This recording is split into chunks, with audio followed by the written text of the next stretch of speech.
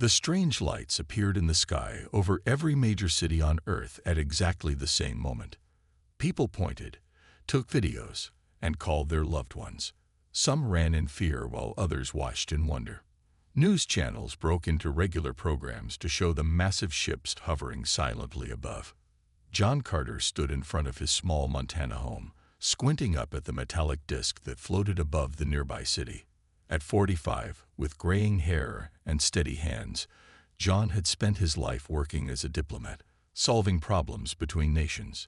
Now he watched as humanity faced something far beyond national borders. 3 days after the ships arrived, they sent their message. It came through every electronic device on the planet, in every language. We are the Galactic Consensus, a union of 327 spacefaring species. We have been observing your world. We wish to speak with your leaders. The United Nations called an emergency session. Representatives from every country gathered in New York. John was surprised when the Secretary General asked him to join the diplomatic team. His experience with difficult negotiations had caught their attention. We need someone who can read between the lines, the Secretary General told him. Someone who understands what isn't being said. A week later, John stood with 11 other diplomats in a large white room, built specially by the aliens on neutral ground in Antarctica. The air smelled clean but strange. The lighting hurt his eyes slightly. 5 aliens entered. Each looked completely different from the others. One moved like water in roughly human shape. Another resembled a tall insect with too many eyes. The third looked like a cloud of purple smoke inside a clear container. The fourth had 6 limbs and skin like tree bark. The fifth was small and gray with large black eyes, almost like the aliens from old movies. The gray one spoke first. We welcome Earth to this historic meeting. I am Speaker Vex. I represent the Consensus Council. John and the other humans introduced themselves. They exchanged basic information about their worlds.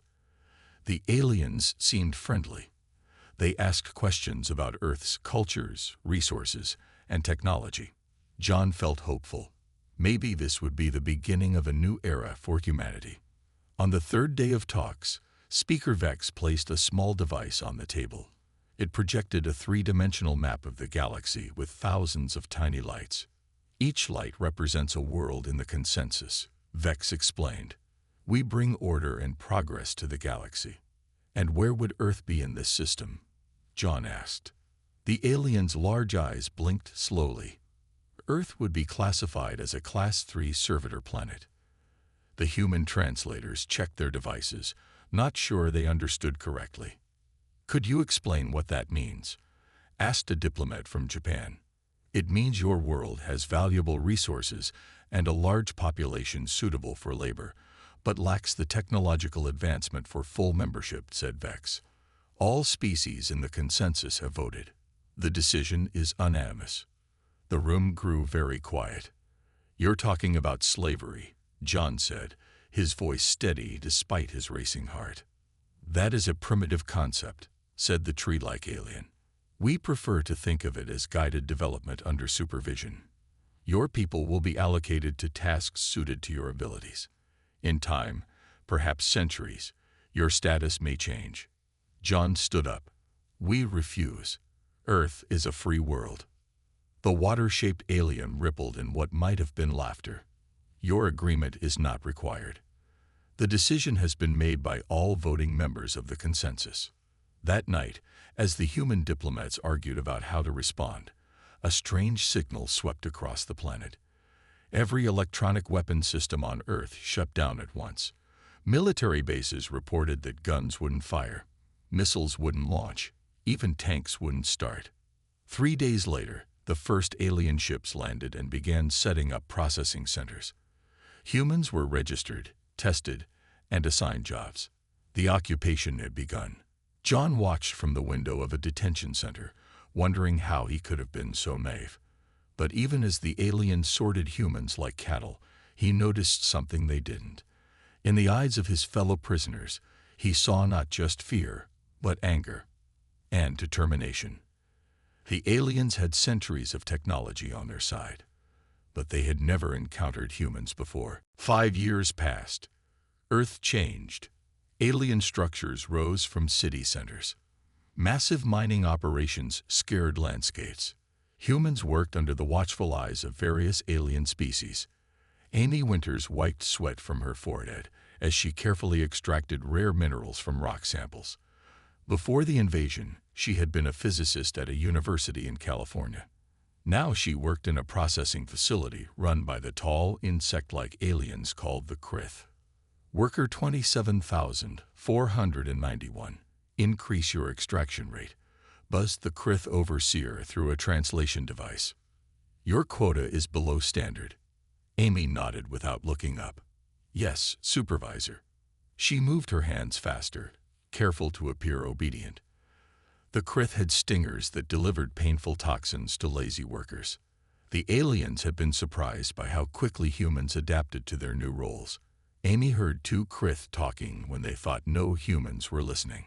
The Earth species learns faster than predicted, one had said. They've already increased efficiency by 12%. It doesn't matter, the other replied. They're still primitive. No match for consensus technology. What the aliens didn't know was that Amy wasn't just extracting minerals. She was studying the neural suppression field that prevented humans from using weapons. Small devices throughout Earth emitted waves that somehow blocked signals between human brains and any object designed to harm others. Amy had noticed something strange. Workers who had been in the facility longest seemed less affected by the field. She had secretly tested her theory by trying to pick up a sharp tool with harmful intent.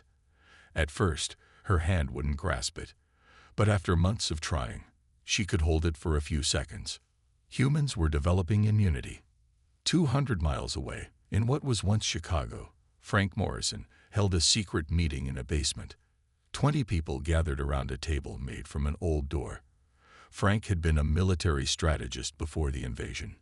Now he ran a delivery service that brought food to alien outposts, the perfect cover for someone gathering intelligence. The water forms can't tolerate cold, said a woman who cleaned alien living quarters. Below 50 degrees, they start to solidify.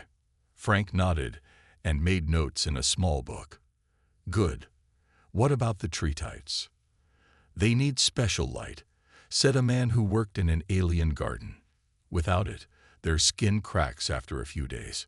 Frank's network stretched across what used to be the United States. Small groups of humans, sharing information, looking for weaknesses. The aliens had technologies far beyond human understanding, but they had never faced human determination. They don't understand us, Frank told his group. They think because they beat our military, they beat our spirit. Later that night, a messenger arrived at Frank's hideout with a small package. Inside was a data device and a note. From Amy in California. Important discovery about the suppression field. Frank read the information and felt hope for the first time in years. He immediately sent runners to other resistance cells with the news. Meanwhile, in an alien shipyard built near Houston, Greg Palmer carefully watched how the aliens built their ships. Greg had been an engineer for NASA.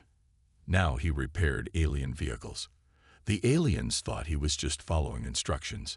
They didn't realize he understood the principles behind their technology. Greg had noticed something important. Many alien species had evolved on planets with few natural predators or competitors. They had never developed the constant vigilance that characterized human history. They didn't check dark corners. They didn't notice small discrepancies in inventory. They didn't understand deception. As night fell, Greg slipped a small component into his pocket, a power cell from an alien weapon. The guard at the exit didn't even look at him. In his small living unit, Greg connected the power cell to a device he was building. A device that could disrupt the neural suppression field, at least temporarily. He wasn't sure it would work, but he had to try. Across the occupied Earth, unknown to their conquerors, humans were preparing, gathering information, learning alien weaknesses, developing countermeasures.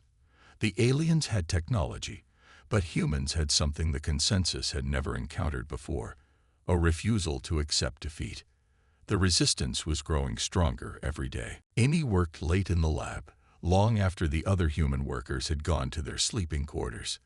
The Krith overseers trusted her now.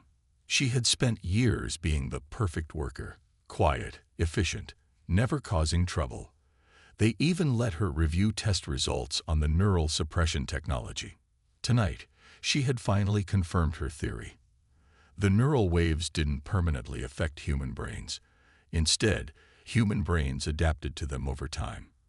After enough exposure, the effect weakened. It wasn't complete immunity yet, but it was a start.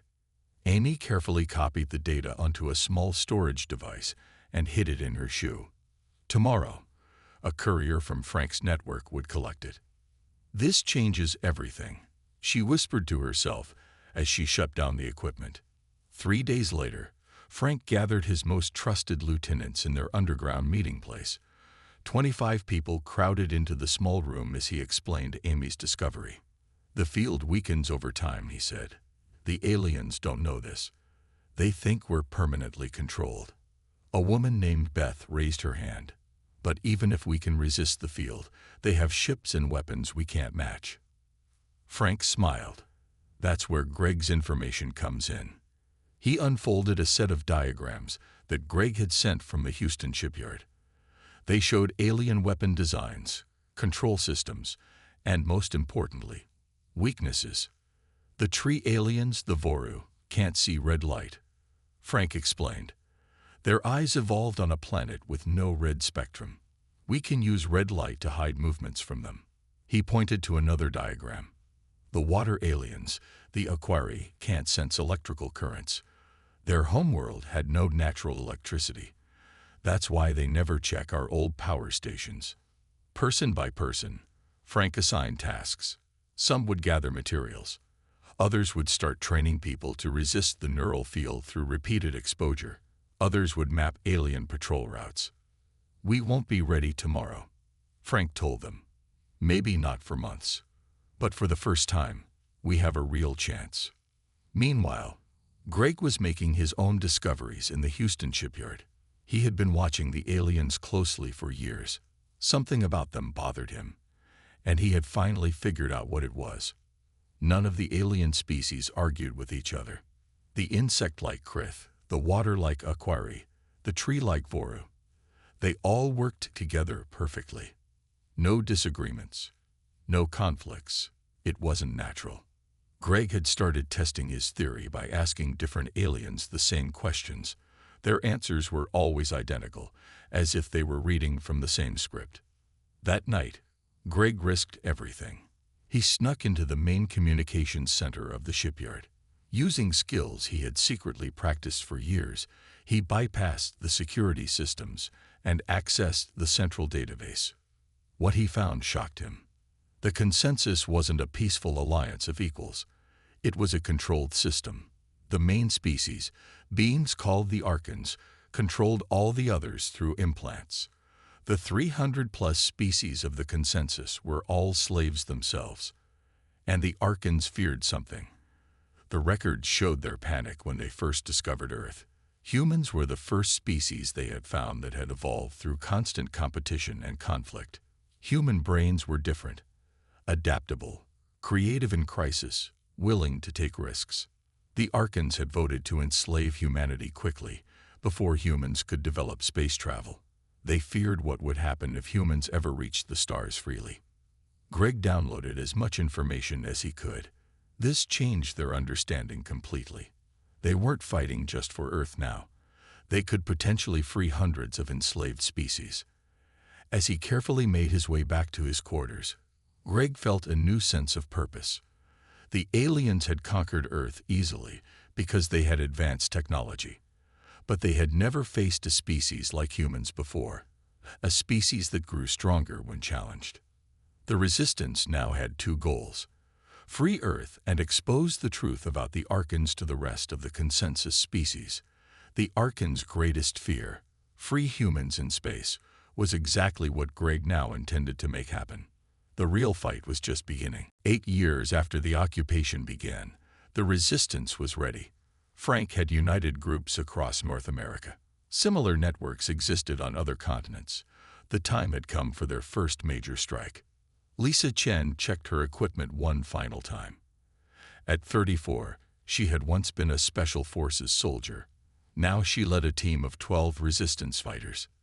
Their target, the main communication relay station near Seattle. "Remember," she told her team as they gathered in the forest 5 miles from the alien facility. "We use red light only. The Voru guards can't see it. Move exactly as we practiced." Each team member wore dark clothing and carried weapons modified by Greg's engineering team. The weapons bypassed the neural suppression field using the weakness Amy had discovered. "The field affects intent," Lisa explained. "Don't think about hurting aliens. Think about pushing buttons. The field can't read the difference." As night fell, they moved silently through the trees. The alien facility glowed with strange blue light. 6 Voru guards patrolled the perimeter, their tree-like bodies moving stiffly in the cool air. Lisa signaled. 3 team members activated red light projectors. To human eyes, nothing changed.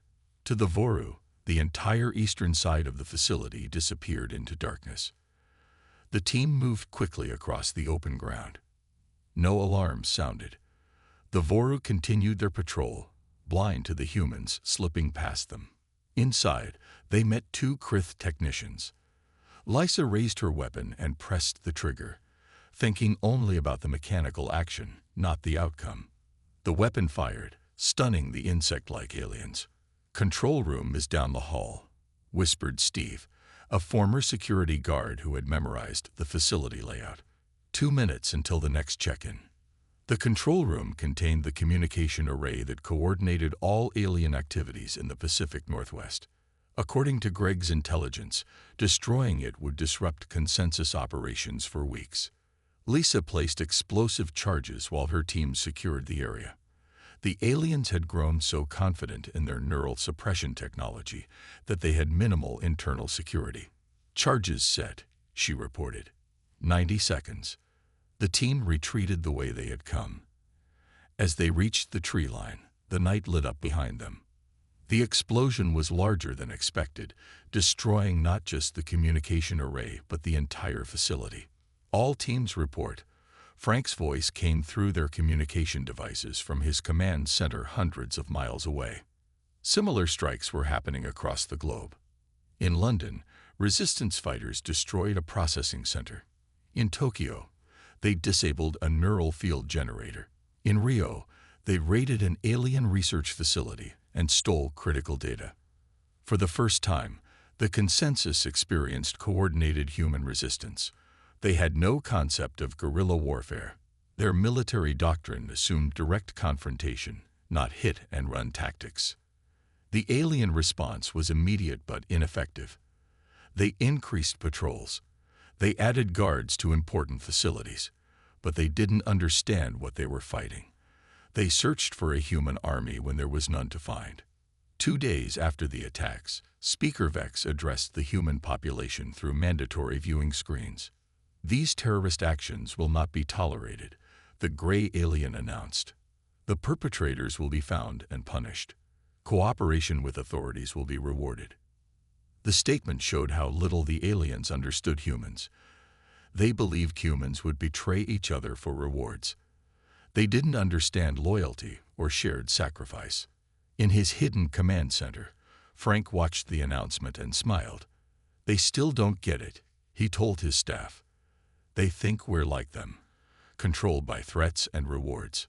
The resistance had proven that humans could fight back. More importantly, they had proven the aliens were vulnerable. Word spread through hidden networks. More humans volunteered. Workers in alien facilities began subtle sabotage, small errors, missing parts, incorrect data. Lisa's team celebrated briefly before planning their next mission. They had lost no one in the attack, and the damage they caused exceeded expectations. "This is just the beginning," Lisa told them. "The aliens have technology, but we have something they don't understand." "What's that?" asked a young team member. Lisa smiled. "A lifetime of fighting against the odds." Humans never give up. 10 years into the occupation, Karen Murray sat in a dimly lit room studying alien behavior recordings. Before the invasion, she had been a psychologist who specialized in trauma treatment. Now she used her skills to understand the enemy. Karen watched how the Krith reacted when surprised, how the Vora responded to unexpected sounds, how the Aquari moved when threatened. After hundreds of hours of observation, she had noticed something important. The aliens had no concept of deception. They evolved differently than us, she explained to Frank during their weekly meeting. Their societies developed without predators, without the need to hide intentions. Frank leaned forward, interested. How can we use that? They take everything at face value, Karen said. If we say something, they believe we mean it. They don't look for hidden meanings. They don't expect tricks. This insight led to a new strategy. The resistance began spreading false information. They talked openly about attacking targets they had no intention of approaching. They left fake plans where aliens could find them. The aliens fell for it every time, moving forces away from the real targets. Meanwhile, in an underground lab in what was once Denver, Dr. Paul Rodriguez made his own breakthrough. Paul had been a medical researcher before the invasion. For years, he had studied alien biology from samples the resistance collected. Their nervous systems are different from ours, he told Amy, who had escaped from a California facility and now worked with him. They rely on specific chemical signals we don't have. Paul had developed a compound that interfered with those signals. It wouldn't kill the aliens, but it would disorient them, make them confused and unable to coordinate. We can release it as a gas, he explained. It affects them, but not us. And best of all, it doesn't trigger their security systems because it's not recognized as a weapon. The resistance now had 3 powerful advantages: immunity to the neural suppression field, psychological warfare that confused the aliens, and a biological agent that disrupted their coordination. Frank gathered the regional leaders for a secure video call. We're ready for Phase 2, he announced. Coordinated attacks on all major alien command centers. Not just hit and run. This time we take and hold ground. The plan was set for 3 weeks later. The resistance had grown to include millions of humans worldwide. Many more secretly supported them, working in alien facilities while passing information to the resistance. The day before the attacks were to begin, something unexpected happened. An alien transport landed near one of the resistance bases. It carried no weapons. A single Aquari emerged, holding a white flag, a human symbol it had obviously researched. Lisa Chen led a team to meet it, weapons ready. Through a translator device, the Aquari spoke. I am Messenger Lurl. I come without official approval. There are some among us who believe this conflict is wrong. Lisa kept her weapon pointed at the alien. Why should we believe you? The Archons have hidden the truth from most consensus species. Some of us have discovered it. We were all enslaved, just as you are now. The Archons fear humans because you might free us all. This confirmed what Great had discovered years ago. The Archons controlled the other species through implants and fear. What do you want? Lisa asked. To help, said Lurl. There are many in the consensus who would join you against the Archons if they knew the truth. I can get your message to them. Frank was called immediately. This was either a trick or the biggest opportunity they had found. If other species could be turned against the Archons, the entire balance of power would shift. After hours of questioning, Frank made his decision. They would work with Lurl, but verify everything. The alien would carry a message to potential allies within the consensus. The resistance had expected to fight alone. Now they might have allies among the very species that had voted to enslave them. The war was entering a new phase. 12 years into the occupation, the tide of war had turned. Across the planet, humans and rebel aliens fought together against Archon forces. Frank's network had grown into a global command structure coordinating millions of resistance fighters. Kevin Barrett stood at the front of a large meeting room in the reclaimed city of Chicago. Once a college history professor, he now led diplomatic relations with alien allies. Before him sat representatives of 17 alien species who had broken free from Archon control. "The Archons have pulled back to these fortified positions," Kevin said, pointing to a map showing red circles in various locations around the world. "They control less than 20% of Earth's surface now." Lurl, the Aquari who had first contacted the Resistance, rippled with emotion. "They are requesting reinforcements from off-world. My sources say 5 transport ships are being prepared." This was concerning news. So far, the Archons had fought with the forces they already had on Earth. New troops could change the balance again. "How long do we have?" asked Lisa, who now commanded the largest human fighting force in North America. 2 weeks, perhaps 3, Lurl answered. Kevin looked around the room. "We need to accelerate our plans. We can't wait for them to bring more forces." The combined human-alien resistance had advantages the Archons never expected. Freed from their implants, many alien species showed abilities the Archons had suppressed. The Voru could communicate with Earth's plants, helping resistance fighters hide in forests where the Archons couldn't find them. The Krith's natural engineering skills, once directed only toward Archon projects, now helped humans upgrade their weapons. Most importantly, the Resistance had captured and reprogrammed 3 Archon ships. Greg Palmer led the engineering team that figured out how to operate them. "The ships are ready," Greg reported to the War Council. "We've tested the weapons systems. The shields work. We can fly them." Frank stood up, his face showing the wear of 12 years leading the Resistance. "Then it's time. We take the fight to their orbital command station." The plan was bold.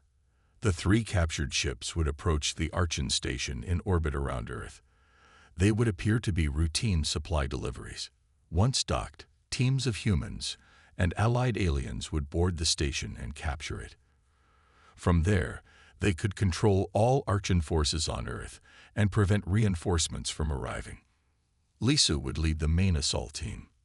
Amy and Paul would deploy their biological agent to disorient any Archons they encountered.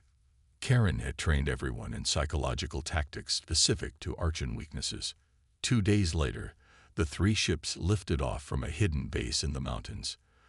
50 fighters were on each ship, humans and aliens working side by side.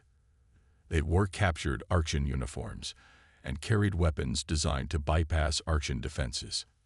As they approached the orbital station, Lisa felt a moment of doubt. So much depended on this mission. If they failed, the reinforcements would arrive, and Earth might be lost for good. "Station Omega, this is Transport 7 requesting docking clearance," said the Krith pilot, using codes they had captured. There was a tense moment of silence. Then, "Transport 7, you are cleared for docking Bay 3. The first hurdle was cleared. Lisa checked her weapons one final time as the ship moved slowly toward the massive space station. Through the viewports, she could see Earth below, blue and green and beautiful. Worth fighting for. "We're doing this for everyone down there," she told her team. "And for every species the Archons have enslaved." The ship docked with a gentle bump. Lisa pressed the communicator in her ear. "All teams, prepare to board. Remember your training. Move fast. Stay focused. Today we take a stand not just for Earth, but for the freedom of all species." The docking doors began to open. The turning point of the war had arrived. 15 years after the occupation began, Earth was largely free. The space station battle had been the turning point. Lisa's team had captured the Archon Command Center and used it to disable the remaining neural suppression fields across Earth. With their main advantage gone, Archon forces quickly collapsed under the combined human and rebel alien assault. Susan Wright stood on the roof of a tall building in New York City, watching as the last Archon ship lifted off. At 42, she commanded all resistance forces in North America. The ship carried the final group of Archons who had finally agreed to leave Earth after months of negotiations. "Do you think they'll come back?" asked her lieutenant, a young man who had grown up during the occupation. Susan shook her head. "Not if they're smart, but we'll be ready if they do." Over the past 3 months, Resistance forces had confined the remaining Archons to isolated strongholds. The human-alien alliance had grown stronger each day. Earth weapons now combined human ingenuity with alien technology. The Archons, for the first time in their million-year history, had been forced to retreat. On the other side of the world, Greg Palmer sat in an Archon command ship, studying their star maps. The ship had been captured intact during the final battles. Its databanks contained information about the entire consensus, hundreds of worlds, thousands of species. The Archons enslaved all these civilizations, he told Amy, who worked beside him. Some have been under control for thousands of years. Amy pointed to a particular star system. Look at these reports. There are rebellions starting on at least 12 planets. They heard about Earth. News of the human victory had spread through consensus communication networks. Species that had never considered resistance were suddenly questioning Archon rule. Inspired by Earth, they were fighting for their own freedom. In Washington, D.C., the newly reformed human government received a message from the consensus Central Worlds. Kevin Barrett, now Earth's chief diplomat, read it with growing amazement. They want to negotiate, he told Frank, who had been chosen as one of Earth's leaders. Not the Archons, the other species. They've overthrown Archon control in the central government. They want peace with Earth. Frank, gray-haired now, but still sharp, considered this. What are their terms? That's the amazing part, Kevin said. They're not offering terms. They're asking for ours. They're afraid of us. The message made it clear. The consensus species, having watched humans defeat the supposedly invincible Archons, now viewed Earth with a mixture of fear and respect.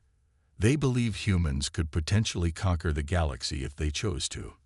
They were asking, almost begging, for mercy. The irony wasn't lost on Frank. The same species that had voted to enslave Earth now feared Earth would do the same to them. Frank called a meeting of Earth's new leadership council. Representatives from all continents gathered, along with alien allies who had fought alongside humans. The question before them: how would Earth respond to the consensus plea? Some argued for harsh terms, restrictions, reparations, even taking control of consensus worlds, as the Archons had done.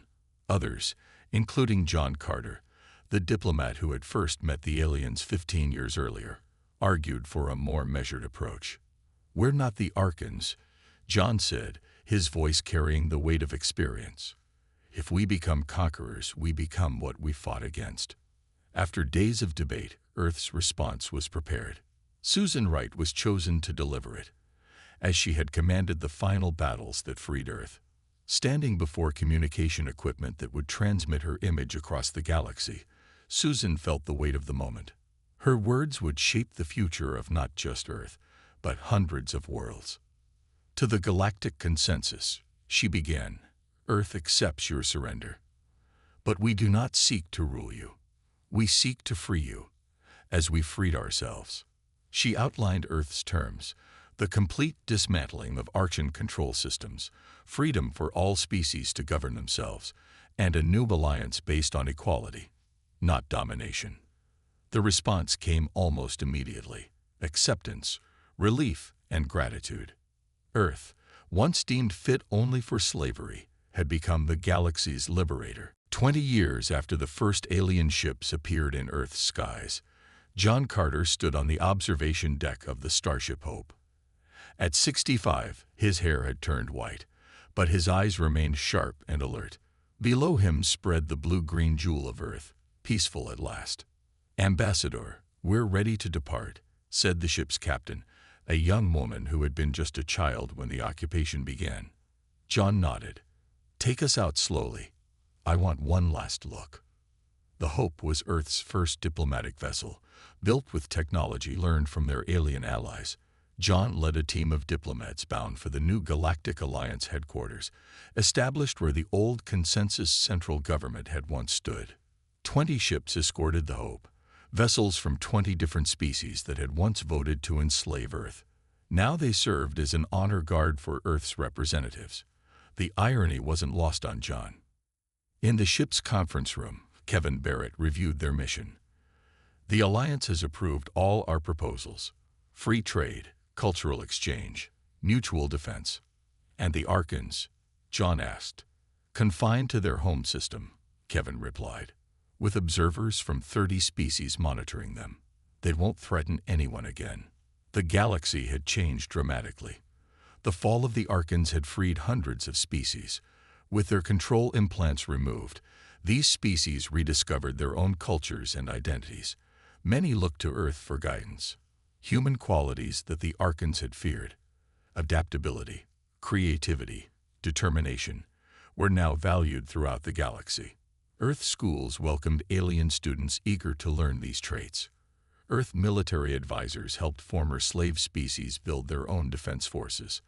Greg Palmer, now director of Earth's Space Technology Division, had created devices to detect and neutralize control implants. Ships carried these devices to distant worlds still under Archon influence, freeing more species each month. As the Hope accelerated toward its first jump point, Lisa Chen joined John on the observation deck. Now a general, she commanded Earth's defense forces. Having second thoughts, she asked, noticing his thoughtful expression. John smiled. Just remembering that first meeting, when they told us we would be slaves. If someone had told me then that 20 years later we'd be the most respected species in the galaxy. We earned it, Lisa said simply. On worlds across the galaxy, humans were welcomed as heroes and liberators. Species that once viewed humans as primitive now sought human advice, human technology, human friendship. Former consensus members competed to establish trade agreements with Earth. The new Alliance headquarters came into view as the Hope exited its final jump. The massive station orbited a neutral star, representing a fresh start for interstellar relations. Ships from hundreds of worlds docked at its many ports. As the Hope approached, messages flooded in. Greetings, congratulations, requests for meetings. Everyone wanted time with the Earth delegation. It's strange, John said to Amy, who served as science advisor to the delegation. They voted unanimously to enslave us. Now they unanimously seek our help. Amy, her hair gray but her mind still brilliant, nodded. They didn't understand us then. I'm not sure they fully understand us now, but they respect us. The Hope docked smoothly at the central port, the position of honor in the station. A delegation of representatives from 50 species waited to greet them. John recognized many former enemies among them, now allies and partners. As John prepared to disembark, Frank's voice came through his communicator from Earth. Though retired from leadership, Frank still advised the government.